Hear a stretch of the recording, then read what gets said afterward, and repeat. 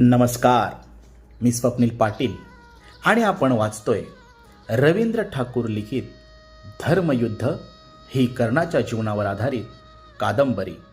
आज वाचूयात भाग 3. हस्तिनापूर नगरीच्या पूर्व दिशेला एका विस्तीर्ण मैदानावर उभारण्यात आलेल्या त्या अतिभव्य प्रेक्षणगृहाकडे आज सकाळपासून पौरजनांची रीघ लागली होती. पश्चिमाभिमुख प्रेक्षणगृहाच्या डाव्या उजव्या बाजूला वेगवेगळ्या शस्त्रविद्यांच्या प्रदर्शनासाठी अनेक लहान मोठे आखाडे तयार करण्यात आलेले होते. प्रत्येक आखाड्यात कौशल्य प्रदर्शनासाठी लागणारी शस्त्र मुबलक प्रमाणात उपलब्ध होती. कितीही वाकवली तरी न मोडणारी पेरेदार टणक वेळू आणि चिवट लोहपट्टिका यापासून तयार करण्यात आलेली अनेक प्रकारची लहान मोठी नक्षीदार धनुष्य, नित्य सहाणेवर घासून आणि तेलपाणी करून धारदार बनवलेले सर्पमुख, सुची, भल्ल, नाराज, सन्नतपर्व, निशीत, क्षुरप्र, अज्जलिक, बस्तिक, गृघ्रपत्र यांसारखे कितीतरी प्रकारचे बाण, सुवर्णाचं नक्षीकाम केलेल्या नाना प्रकारच्या अवजड गदा, खेरीज त्रास, भ्रुशुंडी, तोमर, शूल, त्रिशूल, चक्र आणि अनेक प्रकारची बळकट मुठींची धारदार खग अशी कितीतरी शस्त्र तिथं सज्ज ठेवण्यात आली होती. प्रवेशद्वारात उभं राहून समोर पाहिलं तर उंच व्यासपीठ सहज नजरेत भरत होतं. त्यावर कितीतरी सुवर्णमंडित आणि रत्नजडित आसनं ठेवलेली होती. मध्यभागी ठेवलेल्या सिंहासनाच्या वरच्या बाजूला कुरुजांगल राज्याचं प्रतीक असलेली स्पेरी चंद्रध्वज सकाळ वाऱ्याच्या हळुवार लाटांवर हलकेच आंदोळत होती.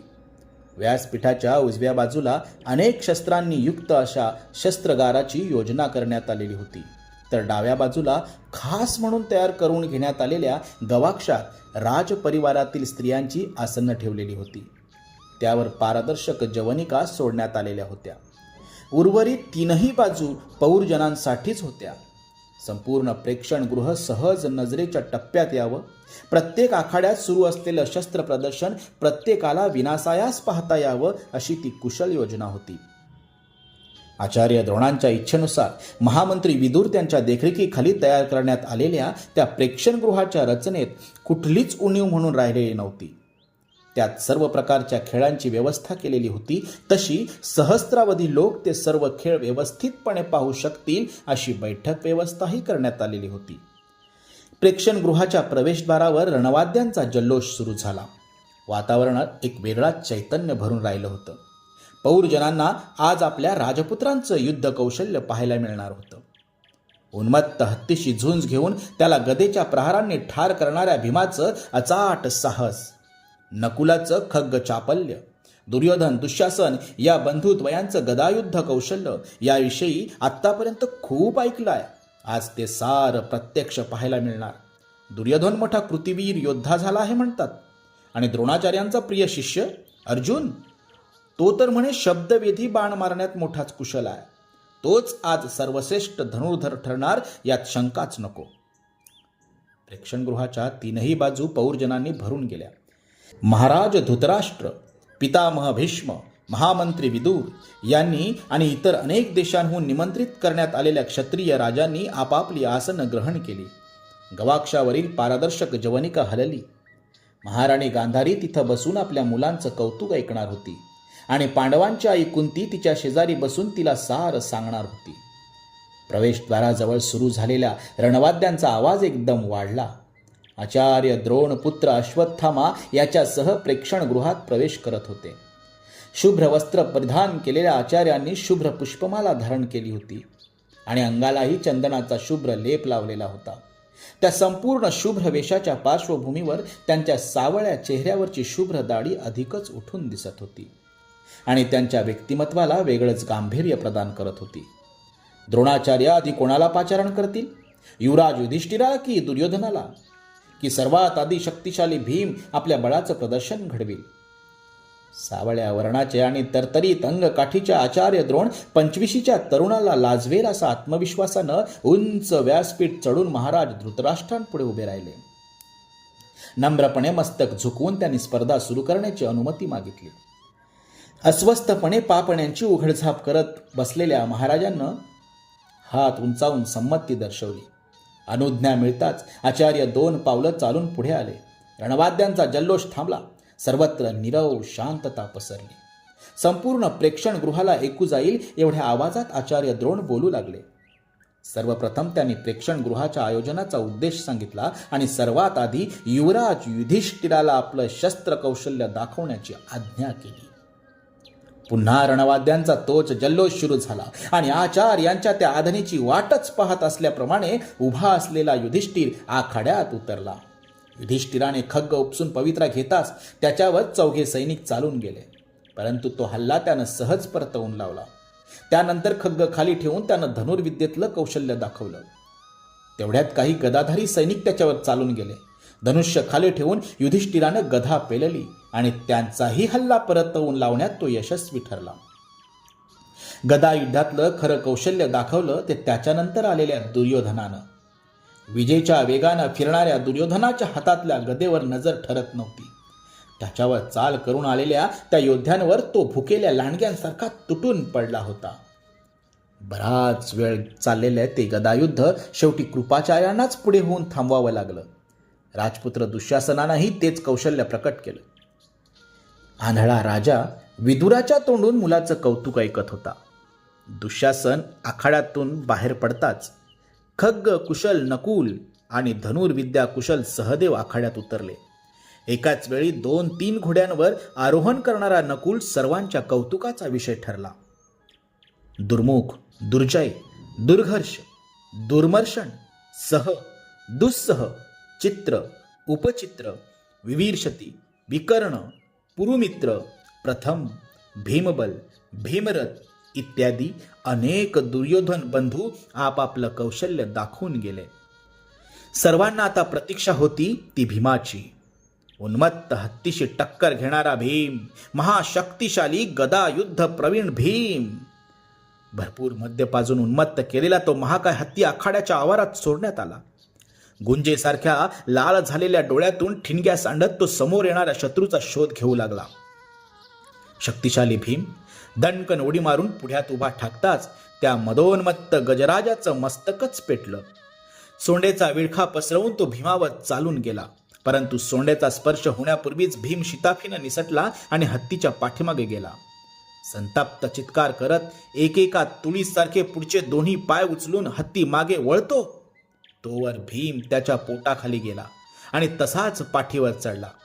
हत्ती त्याला पाठीवरून खाली फेकण्याचा प्रयत्न करू लागला. बराच वेळ ही झटपट चालली. भीम हरला नाही आणि हत्तीही थकला नाही. तो आता अधिकच इरेला पेटला. हत्तीला चकवून भीमानं जमिनीवर उडी घेतली. हातानं प्रचंड आकाराची लोहगदा घेऊन तो गरागरा फिरवत पाठलाग करत येणाऱ्या त्या हत्तीसमोर उभा ठाकला आणि दुसऱ्याच क्षणी तो प्रचंड लोहगदा हत्तीच्या मस्तकावर आदळली. मद्य प्राशनामुळे हत्ती आधीच बेधुंद झालेला तो खालीच तिरमिरलाच झाला. तो आघात सहन न होऊन प्राणांतिक चित्कार करत तो सैरावैरा धावू लागला. विषारी बाण मारून सैनिकांनी त्याला खाली पाडलं. जीवाची प्राणांतिक तडफड होऊन हत्ती शांत झाला. उपस्थित जनसमुदायात भीमाच्या जय जयकाराचे आवाज घुमू लागले. रणवाद्यांचा आवाज असमंत भेदून वर चढला. आपला प्रिय शिष्य अर्जुन त्याच्या खांद्यावर हात ठेवून आचार्य द्रोण महाराजांसमोर उभे राहिले. त्याने हात वर करताच जयघोष थांबला. प्रेक्षणगृहात उपस्थित झालेल्या प्रत्येक माणसाला स्पष्ट ऐकू जाईल अशा आवाजात ते म्हणाले, हे कुरुश्रेष्ठ, हा माझा शिष्य अर्जुन, जो मला माझ्या मुलापेक्षाही अधिक प्रिय आहे. एकाग्रता आणि बुद्धी सामर्थ्य या दोहोंच्या बळावर त्यानं जे प्रकारची शस्त्र कौशल्य आत्मसात केली आहेत त्या अर्जुनाचं अद्वितीय कौशल्य आता आपण पाहावं. आचार्य आणि पितामहांचा आशीर्वाद घेऊन अर्जुन व्यासपीठावरून खाली उतरला आणि क्षणाचाही विलंब न करता एका पाठोपाठ दुसऱ्या आखाड्यात उतरून आपलं कौशल्य दाखवू लागला. एका आखाड्यातून दुसऱ्या आखाड्यात तळपत निघालेल्या अर्जुनाच्या वेगवान हालचालींवर नजर ठरत नव्हती. अश्वारोहण, गजारोहण, खड्गयुद्ध, गदायुद्ध, मल्लयुद्ध अशी कितीतरी कौशल्य प्रकट केल्यानंतर त्यानं धनुर्विद्या कौशल्य दाखवण्यासाठी धनुष्य हातात घेतलं. इतके परिश्रम होऊनही तो अजून क्षणभर देखील विश्रांतीसाठी थांबला नव्हता की थकल्यासारखाही वाटत नव्हता. प्रेक्षणगृहाच्या मध्यभागी उभारलेल्या खांबावर हरणांची मस्तकं खोवलेली होती. धनुर्विद्येतली पहिली कसोटी. धावत्या अश्वावर आरूढ होऊन असे बाण सोडायचे की प्रत्येक बाण दोन्ही शिंगांच्या फटीतून पलीकडे गेला पाहिजे. सावळ्या वर्णाचा देखणा अर्जुन अश्वावर बसून मंडलाकार वळण घेऊ लागला. अश्वाला अपेक्षित गती मिळताच धनुष्याला बाण जोडून त्यानं अचूक सरसंधान केलं. उंच आकाशात फेकलेली फळं वरचेवर छेदून दाखवली. अचूक लक्षवेध करणारे सूचीबाण, ज्याच्यावर बाण टाकायचा त्याला चकवण्यासाठी सर्पासारखे जाणारे सर्पमुख बाण, खचकन शरीरात घुसून गळासारखे तिथंच रुतून बसणारे बस्तिक बाण, एकाच घावात प्राण घेणारे दणकट असे लोहयुक्त भल्ल बाण, धनुष्यातून सुटल्यानंतर बाणाची गती सारखी राहावी म्हणून गिधाडाची पिसं लावलेले गृधपत्र बाण, अत्यंत धारदार असे क्षुप्रभ्र बाण, फूल खुडावं इतक्या सहजतेनं शत्रूचं मस्तक उडवणारे आबजलिक बाण, खेरीज सन्नत पर्व, निशीत, नाराज, वैतास्तिक अशा कितीतरी बाणांची प्रात्यक्षिकं त्यानं करून दाखवली. ते अजोड कौशल्य पाहून संपूर्ण प्रेक्षणगृह आश्चर्याने थक्क झालं. परंतु अर्जुनाचं खरं कौशल्य प्रेक्षणगृहानं अजून पाहिलंच नव्हतं. शब्दवेध, धनुर्विद्येचा कळस. अर्जुनाचं ते कौशल्य पाहण्यासाठी सारे उत्कंठित झाले. अर्जुनाच्या डोळ्यांवर पट्टी बांधण्यात आली. स्वतःभोवती 4 गिरक्या घेऊन तो स्थिर झाला. तेव्हा त्याचं तोंड पाठीमागे काही अंतरावर बांधलेल्या कुत्र्याच्या विरुद्ध दिशेला होते. धनुष्यावर सूचीबाण चढवून अर्जुन सावधपणे चाहूल घेऊ लागला. आवाजाचा वेध घेण्यासाठी त्याचे प्राण कानात गोळा झाले. सर्वत्र अगदी श्वासही ऐकू यावेत एवढी स्तब्धता पसरली. सैनिकानं डिवचताच कुत्रा भुंकू लागला आणि त्याच क्षणी मागं वळून अर्जुनानं बाण टाकला. कुत्र्याच्या तोंडातून रक्ताची धार भळभळली. भुंकणं थांबून तो प्राणांतिक विहळू लागला. महाधनुर्धन राजपुत्र अर्जुनाचा, कोणीतरी घोषणा दिली. विजय असो. त्या घोषणेला तेवढाच जोरदार प्रतिसाद मिळाला. घोषणांच्या आवाजात कुत्र्याचं विव्हळणं विरून गेलं. दोन्ही बलदंड हात छातीवर बांधून प्रेक्षणगृहाच्या भव्य प्रवेशद्वारात उभा असलेला कर्ण ते दृश्य एकटक पाहत होता. अर्जुनानं दाखवली होती ती सगळी कौशल्य त्याच्याही बाहूत विद्यमान होती. ती दाखवण्यासाठी त्याचेही भाऊ फुरफुरत होते. मन उतावीळ झालं होतं, परंतु अजून निर्णय होत नव्हता. सकाळपासून सुरू असलेल्या स्पर्धा आता संपत आल्या होत्या. प्रेक्षणगृहाच्या प्रवेशद्वाराची सावली अर्ध अधिक मैदान व्यापून पुढे सरकली होती. सूर्यास्त व्हायला आता फार तर घटकाभराचाच अवकाश उरला होता. अर्जुनाच्या जय जयकाराचे ध्वनी अजूनही आकाशात घुमत होते. अपेक्षा होती तसंच घडलं. लक्षवेध पाहायला मिळाला. डोळे तृप्त झाले. खरोखर असा शिष्य मिळाला तो गुरु धन्य. असा लोकोत्तर पुत्र मिळाला तो पिता धन्य, ती माता धन्य. आता गुरु द्रोणाचार्य गौरवमाला घालून त्याचा सन्मान करतील. तो प्रसंग पाहायला मिळावा म्हणून लोक पुन्हा उत्कंठित झाले. एका हातात निलोत्पलांची माला घेतलेले आचार्य द्रोण दुसरा हात वर उभारून पौरजनांना शांततेचे आवाहन करत होते. आपल्या शिष्यानं गाजवलेल्या पराक्रमाचा आनंद त्यांच्या मुखावर ओसंडून वाहत होता. आजच्या शस्त्र स्पर्धेत सर्वश्रेष्ठ ठरलेल्या अर्जुनानं आपलं विजयी धनुष्य खांद्याला अडकवलं आणि तो गौरवमालेचा स्वीकार करण्यासाठी आत्मविश्वासानं त्या उंच व्यासपीठाच्या पायऱ्या चढू लागला. आणि जनसम्मर्दात पूर्ववत स्तब्धता पसरली.